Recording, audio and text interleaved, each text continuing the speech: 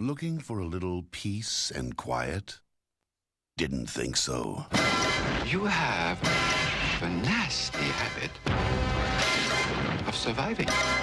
Brace yourself. Longtime viewers of the channel will be very much aware that I became a fan of the James Bond series in the 1990s, which meant in a very short space of time I was witness to something of an incredible run of a variety of home media presentations of these films. My introduction to many of these movies was on VHS, the collection that had the awesome image along the spines of all the Bonds against a fiery orange backdrop. I watched the hell out of these things, so much so that some of the tapes were becoming as well worn as Bond's t-shirt as he clawed his way through Dr. No's vents. So for the sake of the tapes, it was pretty much an act of mercy when the special edition DVD collection was released, which was, of course, the next Bond home media set that I owned. It was the one that made the 007 logo along the spines when they're all connected up, released in the early noughties, leading up to the release of Die Another Day, and dear lord, how much fondness and nostalgia I have for this set in particular. The bespoke animated logos that opened each disc were so cool, and these DVDs were also rather stocked with special features. Fully loaded, I think is the term. And of course, the image quality, for its time, was a real boost on what was available on the VHSs. Believe it or not, for a time, this was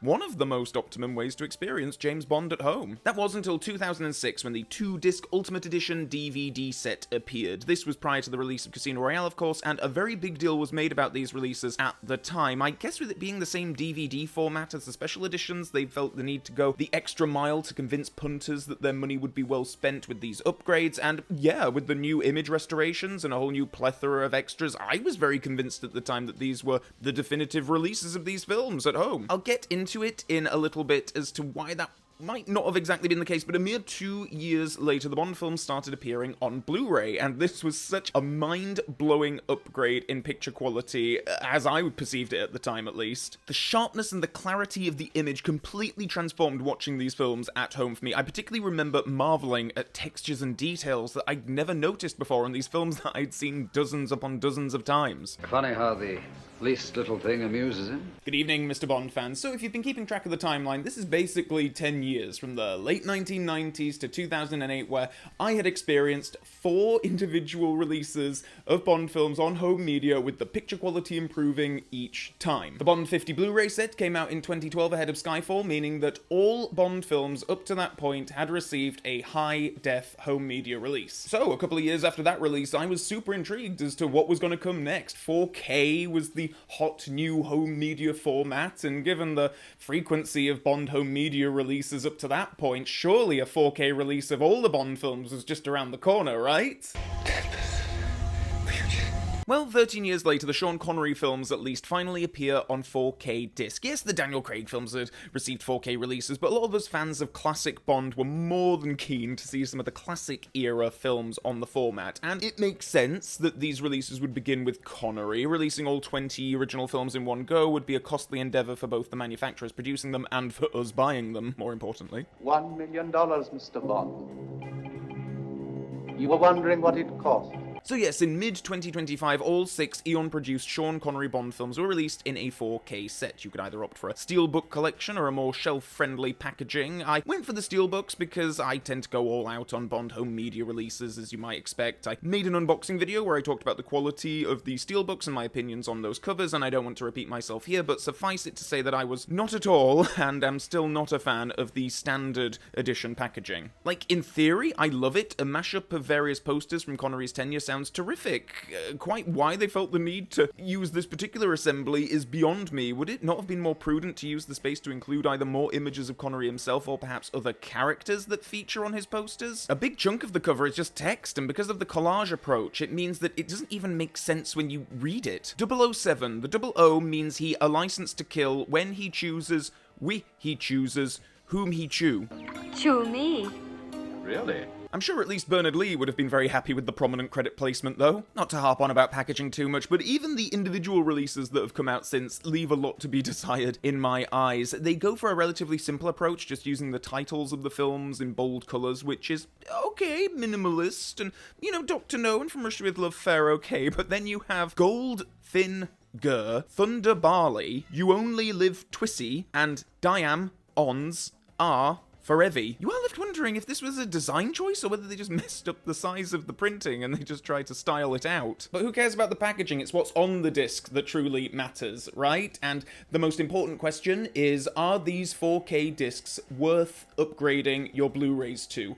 Short answer is yes. These films have never looked better on a home media format, but we have some things to talk about. Now, just before I get into talking about the image quality of the films in this set, I do have to caveat this by saying that the clips that I'm going to be playing to highlight some of my points and places are not a true representation of how the 4K discs would look on your own TV screen at home, given the lack of HDR and the video compression that goes on to get these videos on YouTube and whatever, though I am including clips nevertheless, as even though they don't look as good in this video as they would on a HDR TV, I feel like they work to accentuate some of the points that I'm going to be making about the overall quality and the texture of the images and what the new restoration work has been able to achieve. So with that caveat out of the way, yes, the 4K discs received new restoration work, which is great news. For the longest time there was speculation as to whether or not they were going to use the older Lowry produced transfers that were on the Blu-rays, and while initially very impressive and certainly blew me away when I first watched them, since those releases I've become a bit more tuned into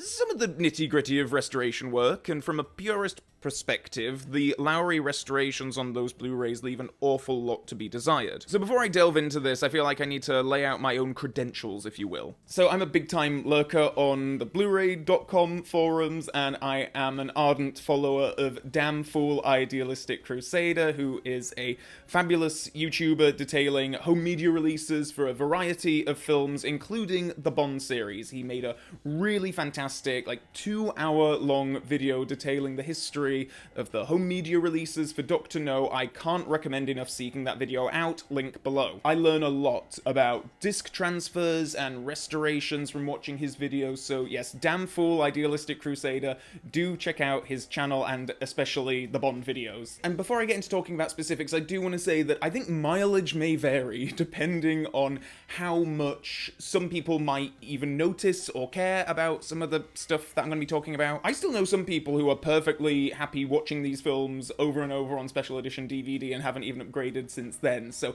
again, I think elements of this might be down to personal preference, but I did want to get that caveat in there just before we start talking about some of the finer details. And so, with that being said, what's the matter with it? the Lowry digital restorations certainly err on the side of revisionist in many ways, and this is in line with how a lot of studios were treating transfers of older movies on Blu-ray at the time. There was certainly an emphasis on sharpness and on the images popping on people's screens because there was a push for people to adopt the Blu-ray format, so they wanted people to feel like they were getting their money's worth for their upgraded equipment and what have you, and making these older films look more modern and new, in quotes, was a method for doing just that. They had a vision of what they wanted to do with Bond. I think they knew about the condition, especially of the earlier Bonds, and saw what we've been able to recover in the past.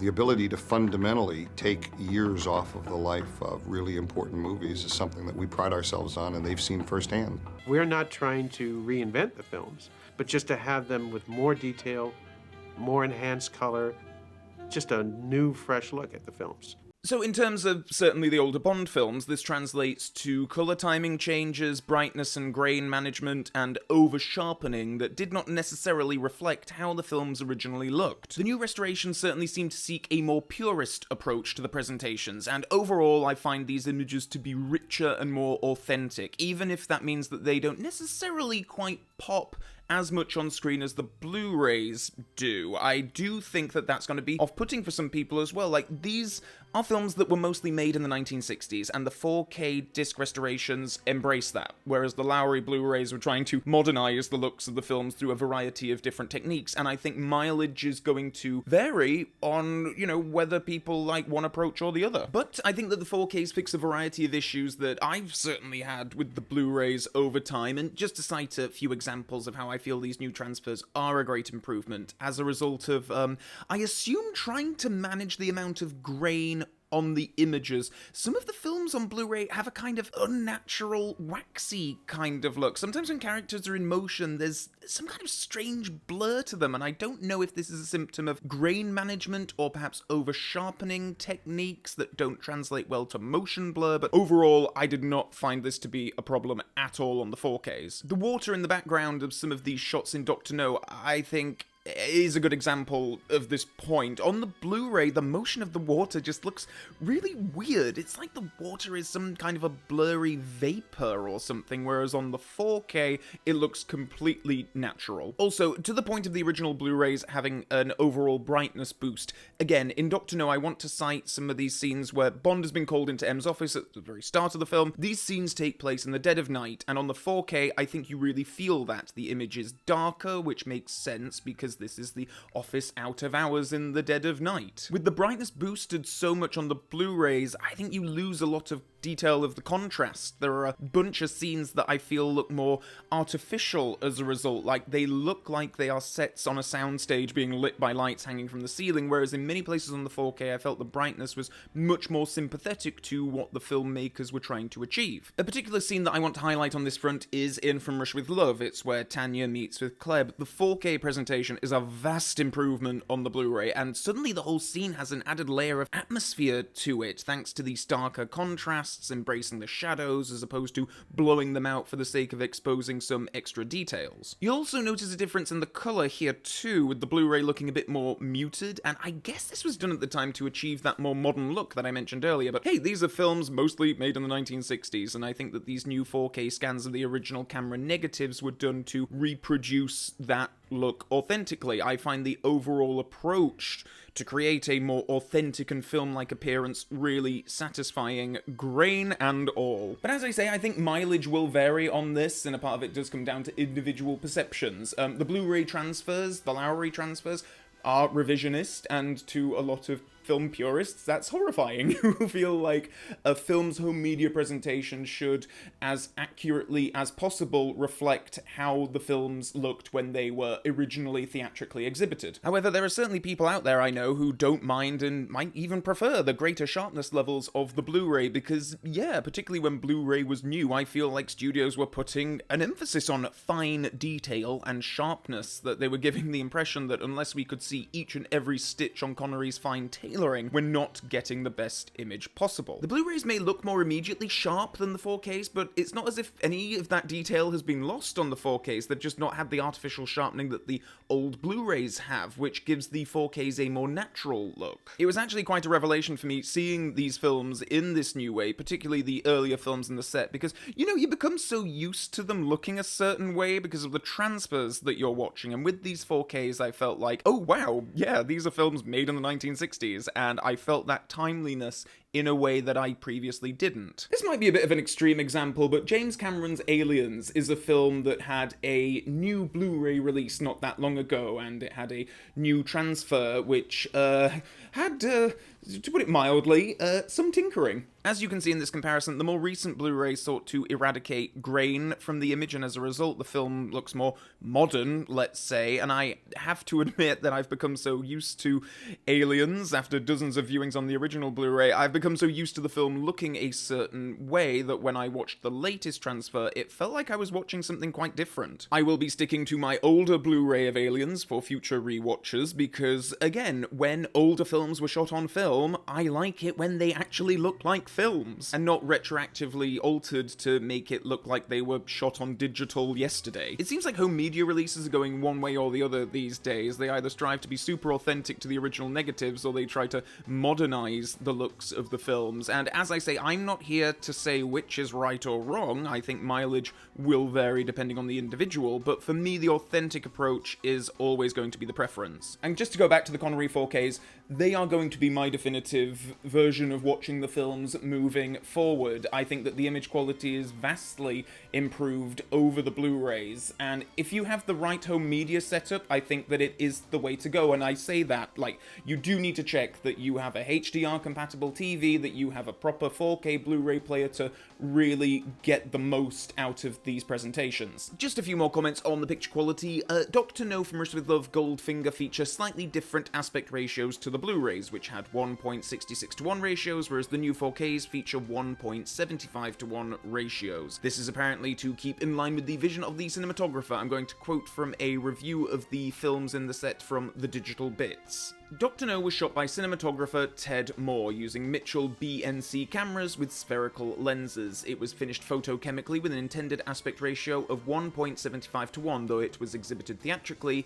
in the UK framed at 1.66 and in the US at 1.85. For its first ever disc release on Ultra HD, MGM commissioned a new 4K scan of the original camera negatives. The film is presented here at the originally intended ratio of 1.75, and it's been encoded for maximum data rates on a 100GB disc. What this translates to on your TV screen is that you won't have as much blackness on display at the sides of the images when you're watching the films. I've seen some complaints about the cropping, and I know it's hard to pin down exactly how these films should look, given that the intentions of the cinematographer apparently differed from how the film was initially exhibited in a couple of different territories. So, all I'll say is that I didn't miss anything from the top or bottom of the frames on the 4Ks. So this is something of a negligible change for me. I can't say I have a huge preference for one particular aspect ratio over the other. Just another observation, because the 4K images have a more organic filmic look and a greater sense of depth to them than the Blu-rays, I did find a lot of the rear projection shots in the films to look a hell of a lot more convincing on the 4Ks. I'm not exactly sure why. Maybe there's a better uniformity to the grain between sort of the foreground and background elements and, the lighting, but especially the opening scenes in Goldfinger by the pool and everything. I mean, I felt like it looked a lot better on the 4Ks than I've been used to them looking. Don't get me wrong, they still look like rear projection shots, but like I say, just a bit more convincing on the 4Ks than on the Blu-rays. So for the most part, I think the 4Ks are a home run of improvements from the Blu-rays, but I do have one major holdback when it comes to one of the films, and this concerns Thunderball, where the color timing has a remarkably different look to it than what I have been previously used to on the Blu-ray. The 4K has a much more teal look to it, as you can see reflected in these shots on the sky and the water in particular, and given how much sky and water are in Thunderball, this is quite a big change. As to what the correct look is, I mean, knows, in all honesty. Look at this comparison between the Special Edition DVD, Ultimate Edition DVD, Blu-ray, and 4K. They all look different in terms of color, so I have no idea which of one of these is supposed to be representative of how the film should look. Let me know below if you have any insights on this one, but broadly speaking, I think the color on all the other films in the set is really phenomenal. It's just this Thunderball one that gives me some pause for thought. Moving on to the audio next. All of the films in this set come with their original theatrical monos, as well as newly produced Dolby Atmos surround sound tracks. And this is actually quite a big deal for some of the films in this set, because as they were originally released on Blu-ray back in 2008, some of these films do not have their original theatrical audio included on those discs. Again, wanting to make sure that viewers got the most out of their expensive surround sound setups at home, the surround sound options were very much promoted at the time, but it's disappointing when a release doesn't include the original audio as standard, and particularly when a lot of the time the newer surround sound options add, remove, and or change things from the original soundtracks to the point that, well, okay, for Goldfinger, for example, in the UK, the Blu-ray only contains the 5.1 surround sound option, which means if you are watching Goldfinger on that Blu-ray disc in the UK, you are not actually hearing Norman Wanstall's Oscar-winning sound work. You're hearing something else. For example, in the pre-credits scene of Goldfinger, note the door slam sound effect just before the cut to the titles. Positively shocking.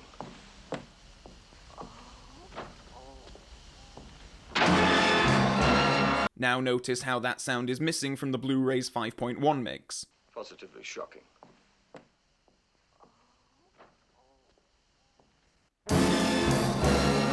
And sadly, the sound is missing from the surround sound mix track on the latest 4K too. Positively shocking.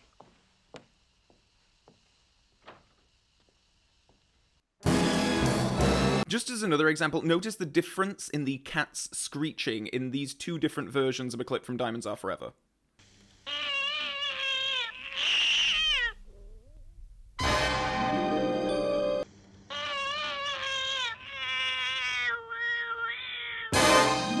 And again, I know that I've said this a few times now, but I do think mileage may vary when it comes to something like this, because, yeah, the surround sound mixers sound more modern, and you certainly, if you've invested in a surround sound system at your home, you're gonna get your money's worth from that setup. And, you know, the original mono tracks that are included do sound like, you know, they sound like soundtracks from movies that were made in the 1960s, warts and all. But they nevertheless are more authentic to the sounds that people would have heard in the 1960s when they were seeing Dr. No through Thunderball.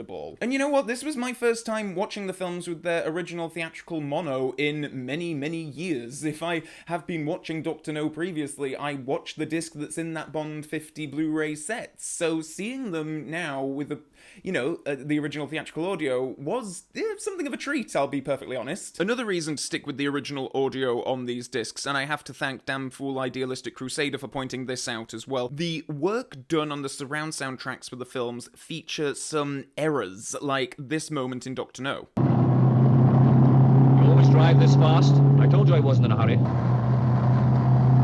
Drive this fast? I told you I wasn't in a hurry. It's a real shame that something like that can make it past quality control, quite honestly. It's not even like a stylistic choice, it is just an error in the soundtrack, which is, I'm surprised that there was no disc recall put out for that disc, to be perfectly honest. It's, for me, I'm really only going to be watching the films with their original mono tracks moving forward, so it's not exactly a great hindrance for me, but it's also not really a great advert for watching these films with the newer mixers, and I really do hope that it is something that is rectified for future releases of these discs. Interestingly, on Thunderball, you have an option to view the film with one of two original audio mono tracks. There's an extra which has been included on the disc since the DVD days, detailing some of the differences between these tracks, which is really cool because on its original release, Thunderball did have slightly different mixes depending on which territory you were watching the film in, that include different lines and music in places.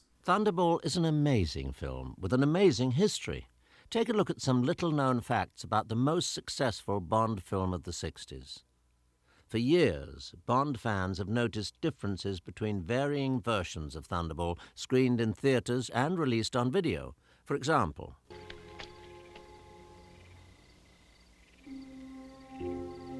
Sorry, old chap. Better luck next time.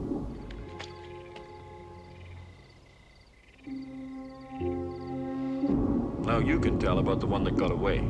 So the inclusion of that additional audio track here is pretty awesome, honestly. I mean, the changes don't make a drastic difference overall, I would say. It affects a few select places, but I find it quite cool that they went to the effort to even include that as an option. And speaking of extras, the 4K discs port over most of the supplemental features from the Blu-rays and includes them all on the same 4K discs along with the movies. This is something of a relief given how a lot of new 4K releases often don't include extras and only include the films themselves on the discs. That being said, there are some notable omissions. The extensive stills galleries are no longer here, which is a shame.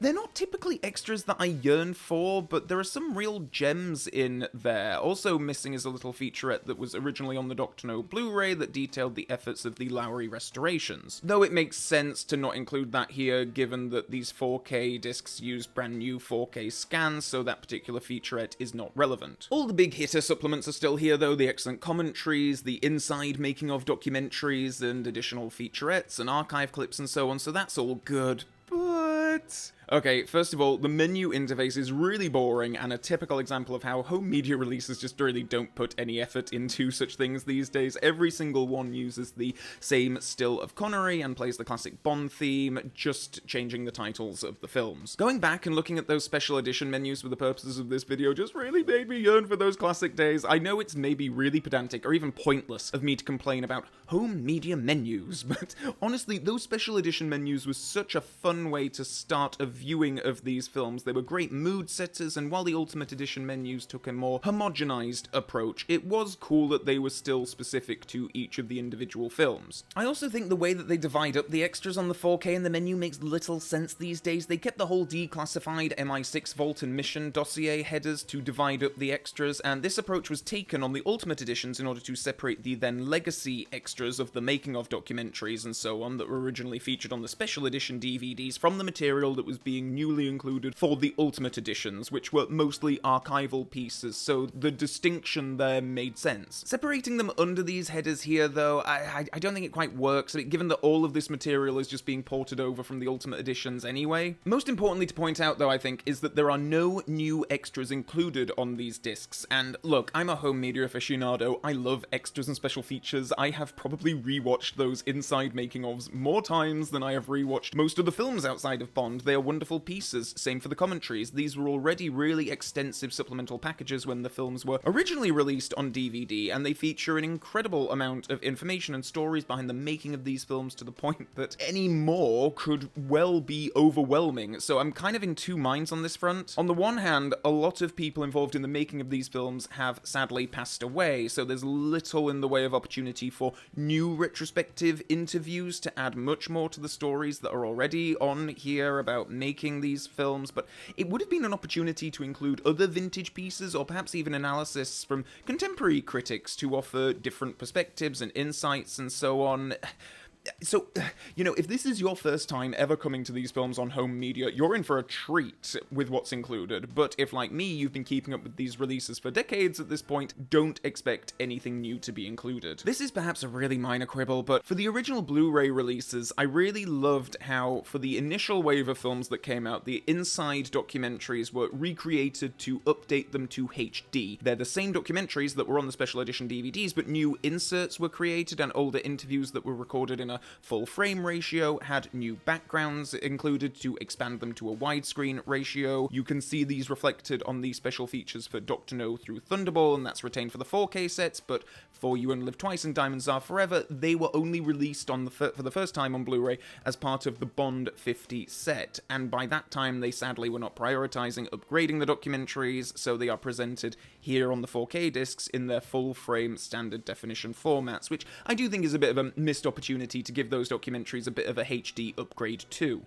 Well, you can't win them all. The only other point of note from me on the extras front is that the 4Ks do not include the 007 Mission Control feature that appeared on the Ultimate Edition DVDs and was then ported over to the initial wave of Blu-ray releases. This was always a bit of a pointless feature, though I can't imagine many people used it. Basically, it was something to play around with on the menu. It listed a bunch of categories, Bond movie tropes and what have you, and it would play a variety of short clips related to those things from their respective films. As I say, I found this pretty pointless for the most part, with the notable exceptions of two very cool things. The first being the short but useful Exotic Locations featurettes. These were newly produced for the Ultimate Edition DVDs and featured narrations by either Maud Adams or Samantha Bond, depending on the film, and gave some information about the locations used for their respective films. Really nice little features that were all ported over to the Blu-rays and now the 4Ks, so that's great news. Less great is the lack of porting over of something which I thought was really cool. On the Ultimate Edition DVDs, you had the option to play the title sequences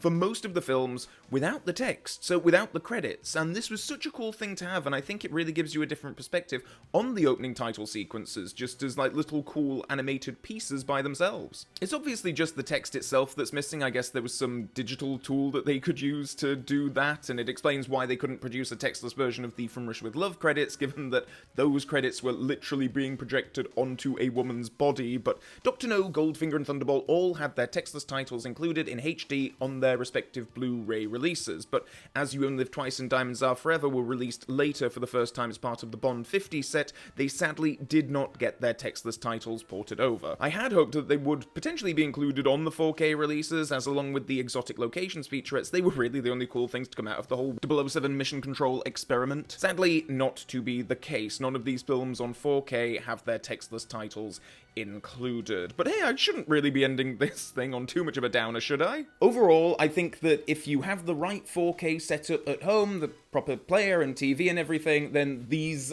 are well worth an upgrade from those Blu-rays. As I say, I think it is going to be down to a certain extent to personal preference as to how wowed people might be by these transfers, but I certainly like the more authentic filmic approach. These are films made mostly in the 1960s, and they look like really, really good transfers of movies that were made in the 1960s. So this is certainly going to be the definitive way that I experience these films at home moving forward. They are absolutely not perfect presentations for a variety of reasons that I have discussed in this video, but the positives vastly outweigh the negatives. And I just can't wait for future Bond films to get the 4K treatment, like particularly the Pierce Brosnan films, because GoldenEye is a film that definitely is in need of a proper, new transfer, and hopefully we will get into the reasons why when I do come to talking about the Pierce Brosnan Bond films on 4K, which will hopefully not be too far in the near future. Let me know your thoughts on this set in the comment section below. I'm very curious to